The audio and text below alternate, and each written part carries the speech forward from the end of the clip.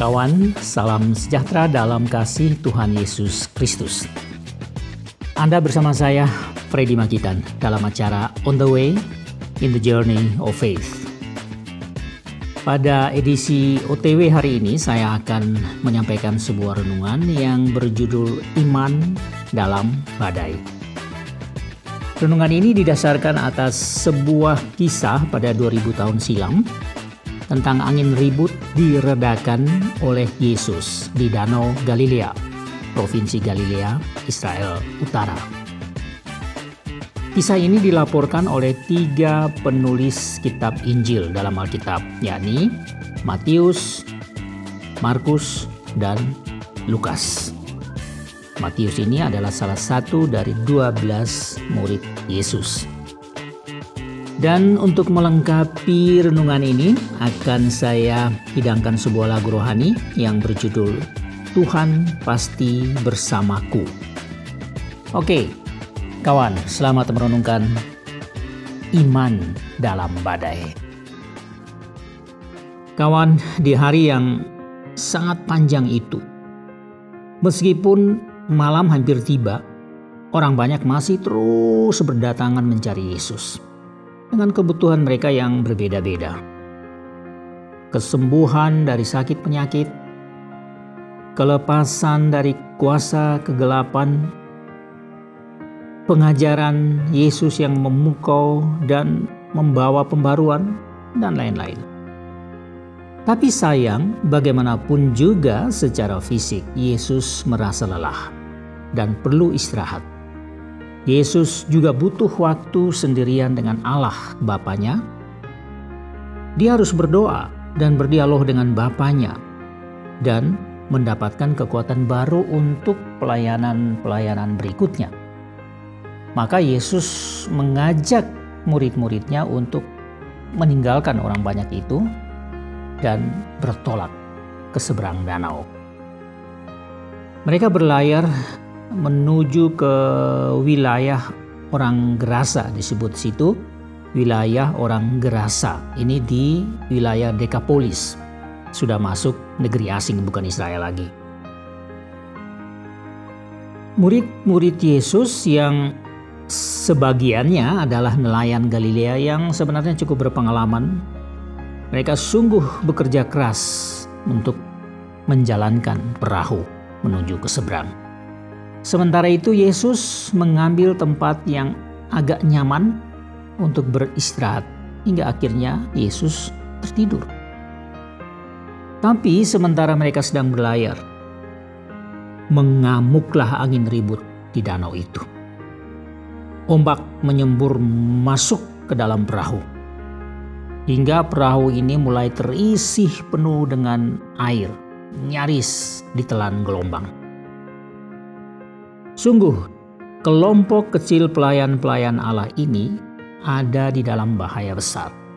Keselamatan mereka terancam. Topan dan gelombang yang dahsyat malam itu amat menggentarkan, mencekam jiwa para murid Yesus yang sedang berlayar bersama guru mereka. Dan murid-murid yang setia ini tak lagi sanggup menyelamatkan perahu yang sudah hampir tenggelam itu, yang sudah hampir penuh dengan air. Mereka pun kehilangan harapan dalam badai yang sedang menghantarkan maut ini. Namun anehnya, Yesus tetap saja tidur di buritan perahu. Maka dalam ketakutan yang luar biasa itu, murid-murid Yesus yang panik itu datang membangunkan Yesus sambil berteriak, "Guru, tolonglah. Kita akan binasa. Apakah engkau tidak peduli sama sekali bahwa kita akan binasa?" Yesus bangun dan langsung saja menghardik angin dan gelombang yang sedang ganas-ganasnya mengamuk itu. Yesus berseru dengan tegas kepada danau itu. Katanya, "Diam, tenang." Dan aneh pula, saat itu juga danau menjadi tenang dan teduh. Teduh sama sekali. Badai dan bahaya maut pun lewat.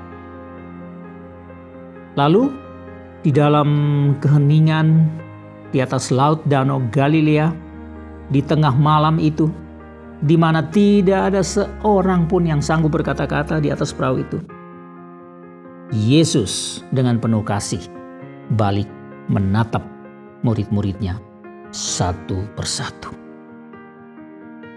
Tapi dengan keprihatinan pula Yesus berkata kepada mereka, "Mengapa kamu begitu takut?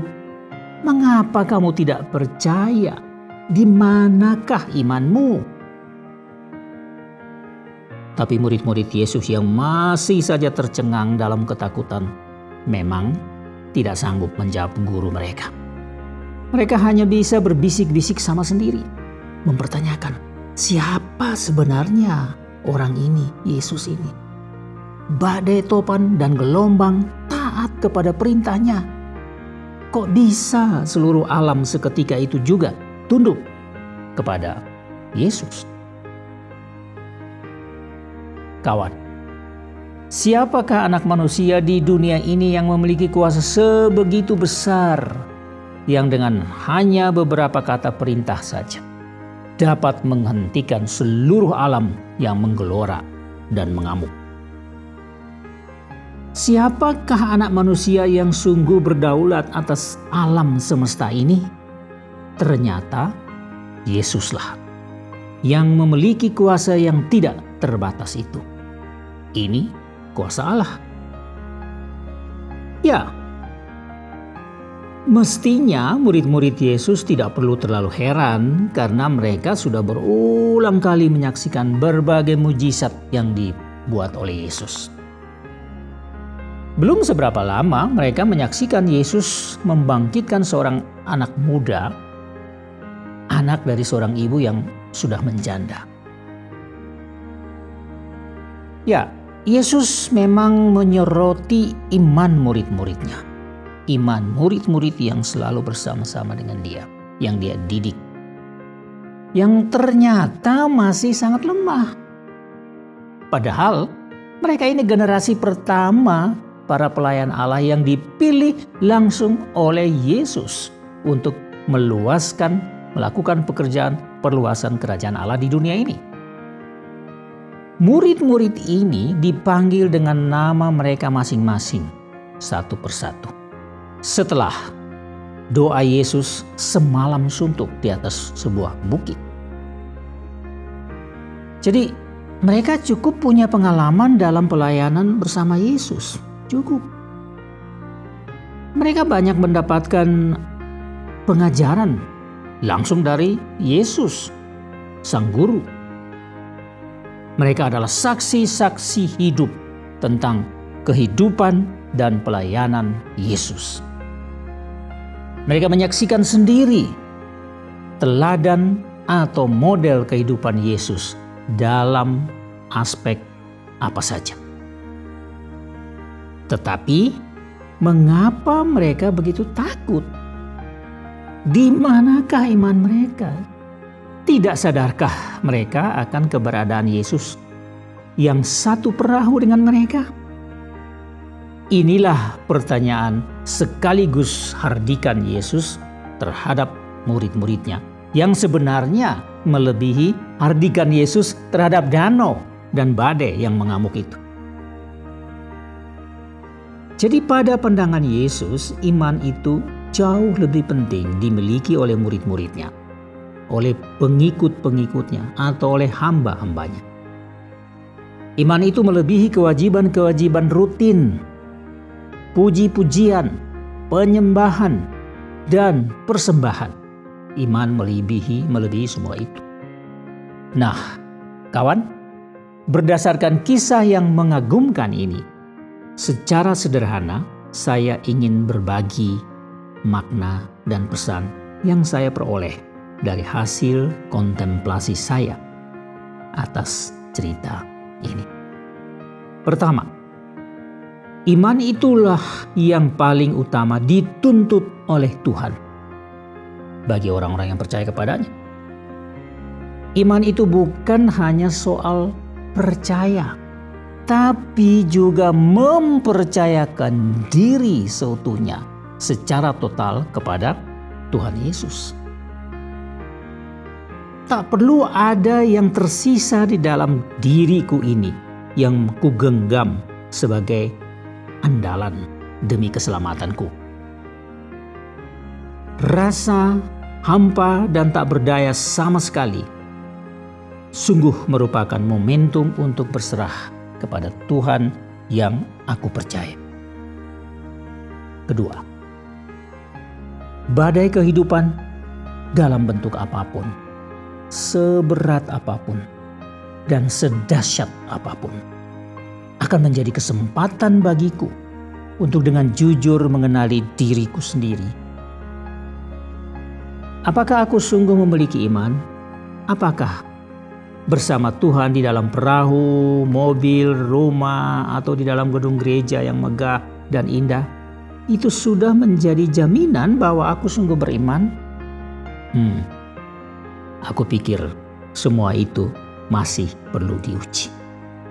Rasanya aku perlu belajar bersyukur dan tetap beriman di dalam badai kehidupan, apapun itu. Dan yang ketiga, kadangkala aku juga mengalami badai. Aku menderita sakit. Aku difitnah dan dihina. Aku dikhianati. Aku berkekurangan, bahkan dalam kebutuhan primer. Dan tanggung jawabku pun menjadi beban yang terus bertambah-tambah berat. Tapi Tuhanku sepertinya diam saja dan tidur nyenyak, meskipun aku sudah berulang kali berseru memohon pertolongan. Meskipun demikian, aku tidak akan berhenti berseru dan membangunkan Dia, Yesus. Karena Dia, Yesus, sebenarnya tidak tidur. Dia mengerti kesukaran hidupku. Dan Dia akan bertindak mengatasi semua persoalan dengan cara apapun sesuai dengan kehendak-Nya. Tuhan pasti bersamaku. Ini sebuah lagu rohani disampaikan oleh New Alpha Trio. Anda bisa menemukan lagu ini di YouTube. Dan dengan berlalunya lagu ini, berakhirlah pula jumpa kita. Terima kasih atas perhatian Anda. Saya Freddy Makitan. Pamit dulu untuk berjumpa lagi di acara yang sama. On the way in the journey of faith. Jalan hidup anak manusia penuh dengan tantangan. Cobaan datang silih berganti, menghantui jalan hidupku ini.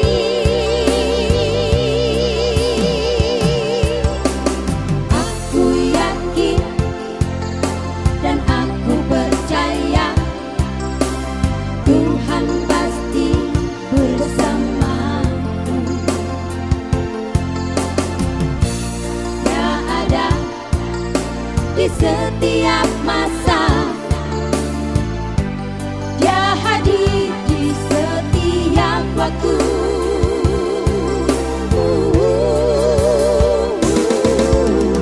Janganlah Tuhan bersamaku. Jalanlah Tuhan di depanku. Naungi aku dengan sayap-Mu, agar ku melangkah penuh sukacita dalam anugerah-Mu.